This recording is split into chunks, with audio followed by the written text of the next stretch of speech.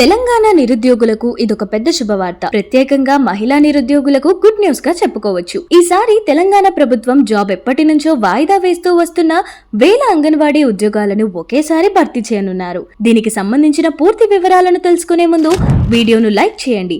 ఇలాంటి మరిన్ని వీడియోల కోసం నోటిఫికేషన్ సింబల్ పైన క్లిక్ చేసి మా ఛానల్ ను సబ్స్క్రైబ్ చేసుకోండి. అంగన్వాడీ కేంద్ర ప్రధాన ఉద్దేశం ఏంటి? ఏ. పిల్లలకు ప్రాథమిక ఆరోగ్య రక్షణ. బి. పౌష్టికాహారం.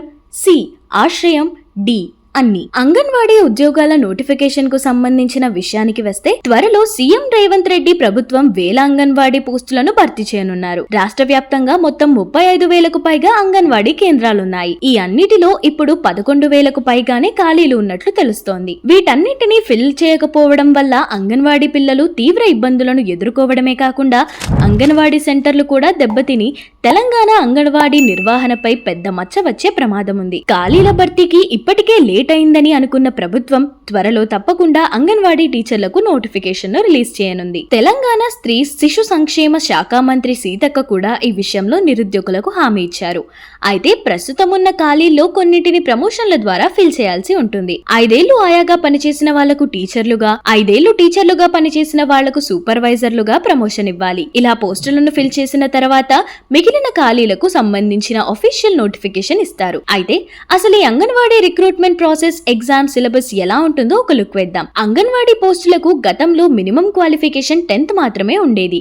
కానీ దీన్ని ఇంటర్మీడియట్ కు పెంచారు. ఇక ఏజ్ లిమిట్ విషయానికి వస్తే minimum age 18 years, maximum age 35 కి మించి ఉండకూడదు. అంగన్వాడీ పోస్టులకు లక్షల మంది అప్లై చేసుకుంటారు. వాటిలో అర్హత ఉండే వాళ్లను ఎంపిక చేయడానికి ఒక పద్ధతిని ఫాలో అవుతారు. ఇంటర్మీడియట్ లో ఎక్కువ మార్కులను సాధించిన వారికి 50 మార్కులు ఇస్తారు. ప్రీ స్కూల్ ట్రైనింగ్ లాంటి కోర్సులు చేస్తే 5 మార్కులను యాడ్ చేస్తారు. వితంతువులకు 5 మార్కులను, వితంతువుగా ఉండి మైనర్ పిల్లలుంటే మరో 5 మార్కులను యాడ్ చేస్తారు. క్యాండిడేట్లలో తల్లిదండ్రులను కోల్పోయిన వాళ్ళుండి చిన్నప్పటి నుంచి అనాథగా పెరిగిన వాళ్లకు కూడా 5 మార్కులను యాడ్ చేస్తారు. అభ్యర్థి వికలాంగులైతే 5 మార్కులను కేటాయిస్తారు. క్యాండిడేట్లకు ఓరల్ ఇంటర్వ్యూ కూడా ఉంటుంది. ఈ ఇంటర్వ్యూ మార్కులను కూడా కలుపుకుంటే ఎవరికి ఎక్కువ మార్కులు వస్తాయో వాళ్ళని అంగన్వాడీలుగా సెలెక్ట్ చేస్తారు. డిస్ట్రిక్ట్ కలెక్టర్ ఆఫీస్ లో డిస్ట్రిక్ట్ సెలెక్షన్ కమిటీ అభ్యర్థుల ఫైనల్ లిస్ట్ ను రిలీజ్ చేయడం జరుగుతుంది. సెలెక్ట్ అయిన వాళ్ళ డీటెయిల్స్ ను గ్రామ పంచాయత్ ఆఫీసులో రాష్ట్ర అంగన్వాడీ అఫీషియల్ వెబ్సైట్ లో ఉంచుతారు. అంగన్వాడీగా సెలెక్ట్ అయిన వాళ్ళకి జాబ్ సెక్యూరిటీ ఉంటుంది. కానీ వాళ్ళ నెల జీతం మాత్రం కొంత తక్కువనే చెప్పుకోవచ్చు. అంగన్వాడీ టీచర్ కు నెలకు 12,000 రూపాయల జీతాన్ని ఇస్తారు. అదే హెల్పర్ కైతే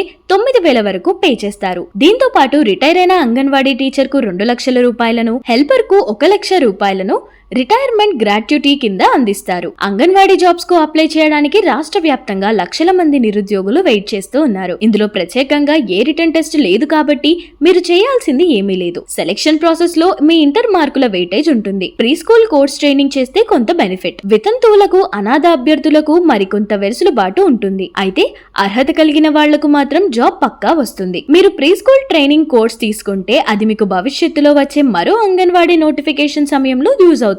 సో క్యాండిడేట్లు ఇప్పుడు ప్రీ స్కూల్ ట్రైనింగ్ కోర్స్ చేయడం మంచిది. ఈ వీడియో నచ్చితే లైక్ చేసి షేర్ చేయండి. ఇలాంటి మరిన్ని వీడియోల కోసం మా ఛానల్ ను సబ్స్క్రైబ్ చేసుకోండి.